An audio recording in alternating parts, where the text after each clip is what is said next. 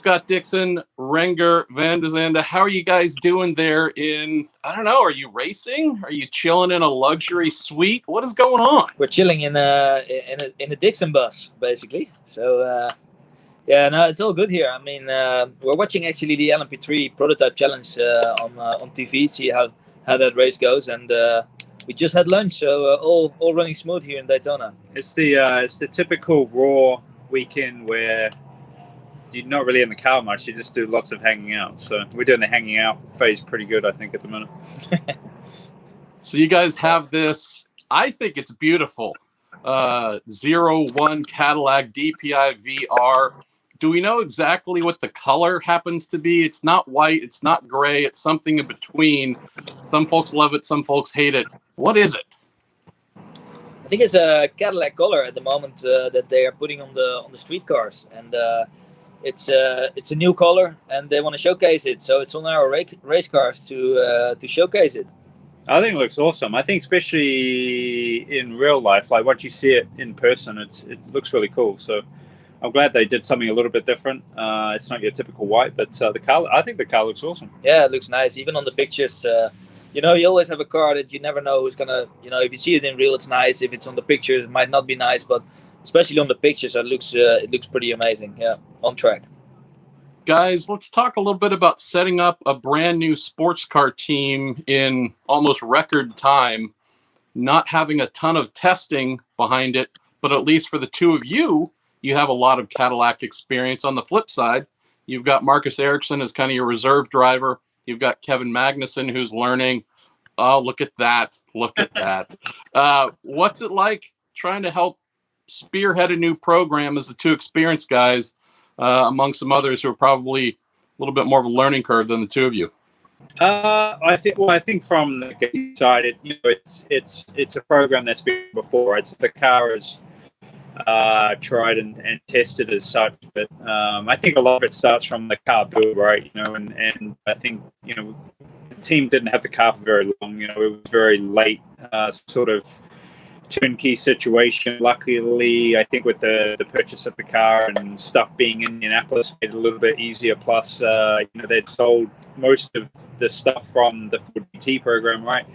But I think that the biggest thing is it's always about the people. So, with Chip adding a fourth Indy car, the Formula or the Extreme E program, plus the sports car program, you had to find maybe 30 people in a period of about 6 weeks. So it's been interesting. I think that portion, but car build has gone really well. And it was nice to get the car on track, I think, in Sebring, at least for a shakedown to get going. But as you would know, it just takes a little bit of time. There's going to be some bits that the Ganassi twist that they put on it and different things they pick up through the season will take a little bit of time. But, they've done a good job out the gate so far. We're having some awesome frozen video. So we're hearing words from your mouth, Dixie, but no movement. So, hey, it's all good there. Let's close on this. So obviously we have this qualifying race tomorrow, a bit of a first. I've heard from some teams that have said, yeah, we're not going to go insane trying to win our class or whatever it is in the name of starting order for the Rolex 24. What's the approach from y'all?